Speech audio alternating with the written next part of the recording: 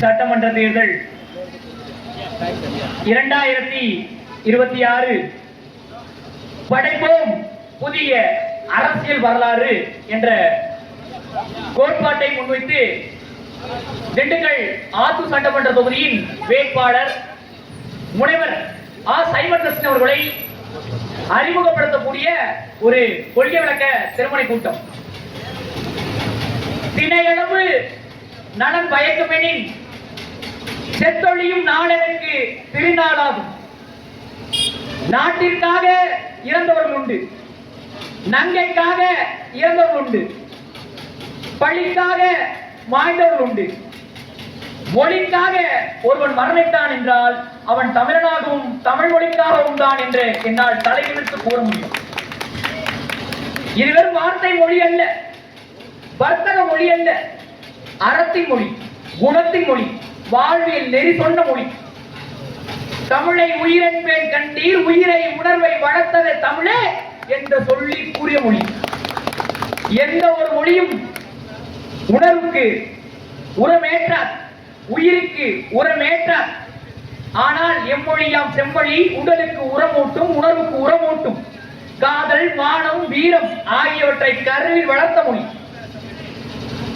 ஆனால் இன்று எங்கே போனது, எங்கே தொலைந்து போனது? மரப்பாச்சி பொம்மையாக இருந்தாலும் அதற்கு மாறாப்பினை கட்டி விளையாடி கொண்ட தமிழர் நாகரிகம் எங்கே? நம்முடைய கலாச்சாரம் எங்கே? எல்லாம் குறைந்துவிட்டு நாம் இன்று அடிமைகளாக மாறி நிற்கிறோம். இதற்கு காரணம் நம்மை படைத்த ஆண்டவன் அல்ல. இதற்கு காரணம் நம்மளை 60 ஆண்டு காலத்துக்கு மேலாக ஆண்ட இருவரும் திராவிட கட்சிகள் திமுகவும் அதிமுகவும். என் அன்பிற்குரியவர்களே, நாம் தமிழர் கட்சி என்றாலே மாற்று மொழி பேசக்கூடிய மக்களுக்கு எதிரானவர்கள். நாம் தமிழர் கட்சி என்றாலே தமிழ், தமிழர், தமிழ்நாடு என்று இனவெறி ஒன்று பேசுவார்கள் என்ற பிம்பம் கட்டமைக்கப்படுகிறது. இதற்கு முன்னால் என் அண்ணன் கதிர் அவர்கள் பேசினார். அவர் பிறப்பால் ஒரு கன்னடர், ஆனால் இன்று நாம் தமிழர் கட்சியிலே மாநில சுற்றுச்சூழல் பாசறையில் பொறுப்பாளராக இருக்கிறார். கடந்த தேர்தலில் அவருடைய மனைவி கவுன்சிலராக போட்டியிடுகிறார். இதை போல தமிழகத்தில் மாற்று மொழி பேசக்கூடிய எல்லா மக்களுக்கும் அவர்களுக்கு எண்ணிக்கைக்கு ஏற்ப தேர்தலில் போட்டியிடுவதற்கான அங்கீகாரத்தை நாம் தமிழர் கட்சி கொடுத்திருக்கின்றது. என் அன்பிற்குரியவர்களே, கேரளாவில் தமிழர்கள் பல லட்சம், பக்கத்தில் இருக்கக்கூடிய ஆந்திராவில் தமிழர்கள் பல லட்சம், பக்கத்தில் இருக்கக்கூடிய கர்நாடகாவில் தமிழர்கள் பல லட்சம் பேர் வாழ்கிறார்கள். ஆனால் தமிழர்கள் என்று தமிழர்கள் ஆள்வதற்கு ஒரே ஒரு இடம்தான் இந்த மண்ணில் இருக்கிறது, அது தமிழ்நாடு. அப்ப இங்க வாழக்கூடிய மாற்று மொழி பேசக்கூடிய மக்கள் இங்கு இருக்கக்கூடிய தமிழர்களோட உடன் இருந்து அவர்களுக்கு துணையாக இருக்க வேண்டும். எங்களுடைய உரிமைகளை பெற்றுத் தருவதற்கு துணையாக இருக்க வேண்டும். அது உங்களுடைய அடிப்படை கடமை. நாம் தமிழர் கட்சி என்றாலே இங்க இருக்கக்கூடிய மாற்று மொழி பேசக்கூடிய மக்களை ஒடுக்குவார் என்கிறார். என் அன்பிற்குரியவர்களே, இந்த திமுகவும் அதிமுகவும் தமிழர்களுக்கு செய்த துரோகங்கள் எண்ணற்றவை. அதுல ஒரு பெரிய உதாரணம் மட்டும். 1972ஆம் ஆண்டு தமிழகத்தின் முதலமைச்சராக கலைஞர் கருணாநிதி அவர்கள் இருக்கிறார். முல்லை பெரியாற்றில் படகோட்டும் உரிமை, அந்த முல்லை பெரியாற்றில் படகோட்டும் உரிமையை இங்கே இருக்கக்கூடிய கேரளாவிற்கு விட்டுக் கொடுத்தார் கலைஞர் கருணாநிதி அவர்கள். இதற்கு பிறகு 1929ஆம் ஆண்டு எம்ஜிஆர் அவர்கள் ஆட்சி கட்டில் ஏறுகிறார். நீ என்ன முல்லை பெரியாற்றில் படகோட்டும் உரிமை தானே விட்டுக் கொடுக்கிற? நான் இந்த கேரளாவிற்கு மீன் பிடிக்கும் உரிமையை விட்டுக் கொடுக்கிறேன் என்று கருணாநிதிக்கு போட்டியாக முல்லை பெரியாற்றில் மீன் பிடிக்கும் உரிமையை விட்டுக் கொடுத்தார் எம்ஜிஆர் அவர்கள். அது மட்டுமா, முல்லை பெரியாற்றில் நீர் அளவு 152 அடி, அந்த 152 நீர்மட்ட அளவை குறைத்து 136 அடியாக குறைத்து கொடுத்ததும் இதே எம்ஜிஆர் தான், அந்த அதிமுக அரசு தான். அது மட்டுமா, இந்த முல்லை பெரியாற்றை பாதுகாப்பதற்கு காவலர்கள் வேண்டும் இல்லையா? அப்ப அந்த முல்லை பெரியாற்றை பாதுகாப்பதற்காக காவலர்களை கேரள காவலர்களையும் விட்டு கொடுத்தது இந்த அதிமுக அரசு தான். அது மட்டுமா, அந்த கேரளா முல்லை பெரியாறு அணையை பாதுகாக்கக்கூடிய காவலர்களுக்கு சம்பளம் கொடுக்க வேண்டும் அல்லவா? அந்த சம்பளத்தை தமிழ்நாட்டில் இருந்து அந்த கேரளர்களுக்கு இருக்கக்கூடிய அதிகாரிகளுக்கு கொடுத்ததும் இந்த அதிமுக அரசு தான், எம்ஜிஆர் தான். அது மட்டுமா, குமுளியில் இருந்து முல்லை பெரியாறு வரை கிட்டத்தட்ட 100 ஏக்கர் இடம், இந்த 100 ஏக்கர் அணைக்கட்டுக்கு சொந்தமான இடமா இருந்தது, தமிழ்நாட்டுக்கு சொந்தமான இடமா இருந்தது. அந்த 100 ஏக்கரையும் கேரளாவிற்கு விட்டு கொடுத்தார் எம்ஜிஆர் அவர்கள். அப்ப திமுகவும் அதிமுகவும் இந்த மண்ணில் வாழக்கூடிய மக்களுக்கான உரிமையை விட்டுக் கொடுத்தார்கள். ஏன் விட்டுக் கொடுத்தார்கள்? ஏனென்றால் 1972ஆம் ஆண்டு இங்கே ஆட்சி செய்திருந்த கலைஞர் கருணாநிதி அவர் ஒரு தெலுங்கர். 1929ஆம் ஆண்டு இங்கே ஆட்சி கட்டில் அமர்த்தப்பட்டிருந்த எம்ஜிஆர் அவர் ஒரு மலையாளி. அதனால்தான் தமிழர்களுடைய முல்லை பெரியாற்று உரிமையை இந்த தெலுங்கரும் இந்த மலையாளியும் சேர்ந்து தமிழருக்கு எதிராக நம்ம உரிமையை விட்டுக் கொடுத்தார்கள். அதனால நாங்க என்ன சொல்றோம் அப்படின்னா, இந்த மண்ணை தமிழர் ஆள வேண்டும். தலைமை பொறுப்புனா முதலமைச்சராக தமிழர் இருக்க வேண்டும் சொல்றோம்.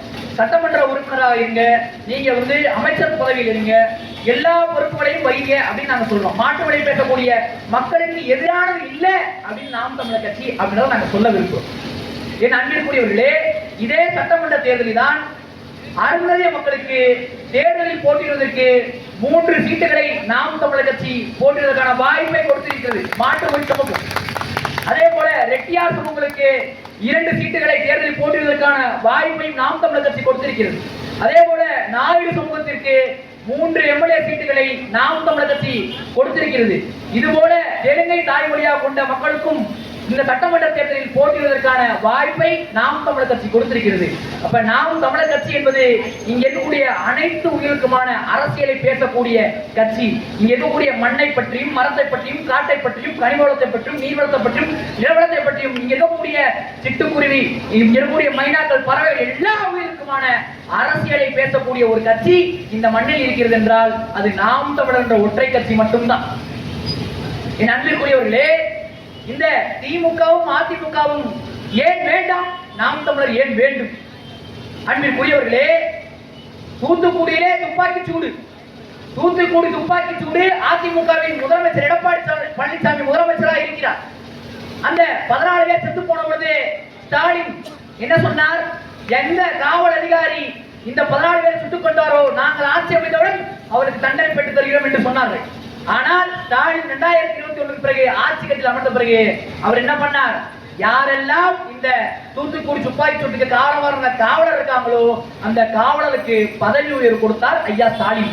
அப்ப திமுக அதிமுக ஆட்சியில காவலர் துப்பாக்கி சூடு நடத்துறாங்கன்னா திமுக ஆட்சியில அந்த சுட்டு கொண்ட காவலருக்கு பதவி கொடுக்குறாங்க. அப்ப அதிமுகவும் திமுகவும் வேறு அல்ல, இரண்டும் ஒன்றுதான். அதே மாதிரி அதிமுகவினுடைய ஆட்சியில கொரோனா காலகட்டங்களை மதுக்கடைகளை ஓபன் பண்றாங்க, திறக்கிறாங்க. அப்படி திறக்கும் பொழுது ஸ்டாலின் என்ன பண்ணார் தெரியுமா? அவர் வீட்டுக்கு முன்னாடி கருப்பு கொடி காட்டிக்கிட்டு என்ன சொன்னார்? மதுக்கடைகளை மூட வேண்டும் சொன்னார். இப்ப இதே ஸ்டாலினுடைய ஆட்சியில மதுக்கடைகள் திறக்கப்பட்டிருக்கா இல்லையா? அப்ப மதுக்கடைகள், மது கொள்கையிலையும் திமுகவும் அதிமுகவும் வெவ்வேறு அல்ல, இரண்டும் ஒன்றுதான். அதே போல பொள்ளாச்சியில பாலியல் வன்கொடுமை, பொள்ளாச்சி பாலியல் கொடுமையில அண்ணா அடிக்காதீங்கன்னா நான் உடைய கழட்டினேன் பெண் கதறினார். இது அதிமுக ஆட்சி. இங்க திமுக ஆட்சியில அண்ணா பல்கலைக்கழகத்தில் பாலியல் கொடுமை. அது மட்டுமா, கடந்த ஒரு 3 நாளைக்கு முன்னாடி பாத்தீங்க அப்படின்னா கிருஷ்ணகிரியில 2 வயது பச்சை குழந்தைங்க, 2 வயது பச்சை குழந்தைக்கும் பாலியல் கொடுமை கொண்டு மூக்க பிடிச்சு கொண்டிருக்கான். கிருஷ்ணகிரியில திமுக இருக்கக்கூடிய ஒரு பொறுப்பாளர்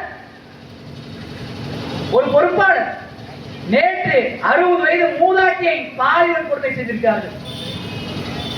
நேற்று தூத்துக்குடியில 12ஆம் வகுப்பு படிக்கக்கூடிய ஒரு பெண்ணை பாலியல் கொடுமை செய்து துண்டு துண்டாக வெட்டி கொலை செய்திருக்கிறார். அப்ப அதிமுக ஆட்சியிலும் பாலியல் கொடுமை, திமுக ஆட்சியிலும் பாலியல் கொடுமை. அப்ப அதிமுகவும் திமுகவும் வேறு அல்ல, இரண்டும் ஒன்றுதான்.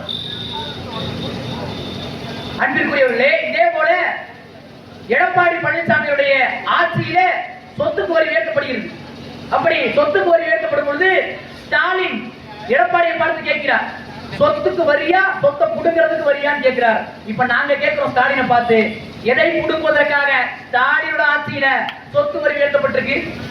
இதே எடப்பாடி அவருடைய ஆட்சியில மின்கட்டண வரி உயர்த்தப்பட்டது. உடனே என்ன சொன்னார் ஸ்டாலின் எடப்பாடி பழனிசாமியை பார்த்து, மின்கட்டண வரி உயர்வை கேட்கும் போது சாக்கடிக்குன்னு சொன்னார். இதே இந்த ஸ்டாலினோட ஆட்சியில மின்கட்டண வரி உயர்த்தப்பட்டிருக்கா இல்லையா? அப்ப நீங்க என்ன நினைக்கிறீங்க? திமுகவும் அதிமுகவும் வேறு நினைக்கிறீங்க. திமுகவும் அதிமுகவும் வெவ்வேறு அல்ல, இரண்டும் ஒன்றுதான்.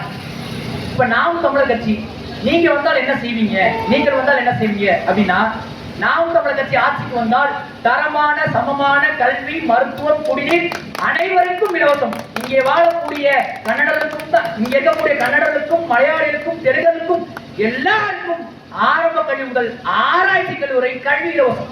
இங்கே வாழக்கூடிய கன்னடர்களுக்கும் மலையாளிகளுக்கும் தமிழர்களுக்கும் தெலுங்கருக்கும் அனைவருக்கும் மருத்துவம் இலவசம். இங்கே வாழக்கூடிய கன்னடர்களுக்கும் மலையாளிகளுக்கும் தெலுங்கருக்கும் அனைத்து மக்களுக்கும் குடிநீர் இலவசம். இது நாம் தமிழர் கட்சியோட கொள்கை. அன்பிற்குரியவர்களே, நீங்க நினைக்கிறீங்க பாஜகவுக்கு மாற்று காங்கிரஸ், காங்கிரஸுக்கு மாற்று பாஜக நினைக்கிறீங்க. அன்பிற்குரிய சொந்தங்களே, முதலாக நீட் தேர்வை இந்த மண்ணில் கொண்டு வந்தது காங்கிரஸ். இந்த அந்த நீட் தேர்வை செயல்படுத்தி கொண்டிருப்பது பாஜக அரசு.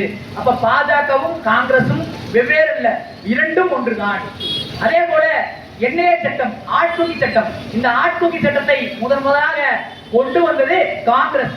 இன்று செயல்படுத்தி கொண்டிருப்பது பாஜக அரசு. அப்ப அந்த என்ஐஏ சட்டத்துல பாஜகவும் காங்கிரசும் வெவ்வேறு அல்ல, இரண்டும் ஒன்றுதான். அதே போல குடியுரிமை சட்டம், குடியுரிமை சட்டத்தை இங்கே கொண்டு வந்தது காங்கிரஸ். அதை இன்று செயல்படுத்தி காட்டிக் கொண்டு முயற்சி செய்தது பாஜக அரசு. அப்ப அந்த குடியுரிமை சட்டத்துல பாஜகவும் காங்கிரசும் வெவ்வேறு அல்ல, இரண்டும் ஒன்றுதான். அதே போல ஒரே நாடு ஒரே தேர்தல், ஒரே நாடு ஒரே தேர்தல் அப்படின்னா எல்லா மாநிலங்களுக்கும் ஒரே நாள்ல தேர்தல் வைக்கிறது. இதுதான் ஒரே நாடு ஒரே தேர்தல். இந்த ஒரே நாடு ஒரே தேர்தல்ல செயல்படுத்த காத்து கொண்டிருப்பது பாஜக. அதை எதிர்க்காமல் அப்படியே வேடிக்கை பார்ப்பது காங்கிரஸ். அப்ப அந்த ஒரே நாடு ஒரே தேர்தல் சட்டத்துல பாஜகவும் காங்கிரசும் வெவ்வேறு அல்ல, இரண்டும் ஒன்றுதான். அப்ப நீங்க சிந்திக்கணும், பாஜக காங்கிரஸ் வெவ்வேறு அல்ல, இரண்டும் ஒன்றுதான். இந்த சட்டமன்ற தேர்தலில் நாம் தமிழர் கட்சியின் சார்பாக முனைவர் சைமன் டெஸ்டின் அவர்கள் போட்டியிடுகிறார். ஒரு படித்த வேட்பாளர் 24 ஆராய்ச்சி கட்டுரைகளை எழுதியிருக்கிறார். ஒரு கல்லூரியில பேராசிரியராக இருந்திருக்கிறார். கடந்த 2003 சட்டமன்ற தேர்தலில் இங்கே இருக்கக்கூடிய ஐ பெரியசாமி அவர்களை எதிர்த்து போட்டியிட்டு கிட்டத்தட்ட 17,500 வாக்குகளை வாங்கியிருக்கிறார். ஓட்டு ₹1 பணம் கொடுக்கல, கோட்டர் கொடுக்கல, கோடி வாங்கியிருக்காங்க. இந்த 2024 தேர்தலில் கிட்டத்தட்ட ஆத்தூர் சட்டமன்ற தொகுதியில நாம் தமிழர் கட்சிக்கு 20,000 வாக்குகள் விழுந்திருக்கிறது. இந்த சட்டமன்ற தேர்தலில் உங்களுடைய வாக்குகளை முனைவர் சைமன் டெஸ்டின் அவர்களுக்கு விவசாய சின்னத்தில் நீங்கள் வாக்களிக்க வேண்டும். இதெல்லாம் சொல்றாங்க, இது ஐ பெரியசாமி கோட்டைன்னு. ஐ பெரியசாமி கோட்டையில 2024 தேர்தலில 20,000 ஓட்டைகளை போட்டுவிட்டோம். இந்த சட்டமன்ற தேர்தலில் ஓட்டைகளை தகர்த்து, கோட்டையை தகர்த்து எங்கள் ஐயா சைமன் டெஸ்டின் அவர்களுக்கு நீங்கள் சட்டமன்றத்திற்கு செல்ல வாக்களிக்க வேண்டிய சின்னம் நாம் தமிழர் கட்சியின் விவசாய சின்னம். தமிழ்தாய் வாழ்க, தலைவர் பிரபாகர் வாழ்க. நன்றி, வணக்கம். நாம் தமிழர்.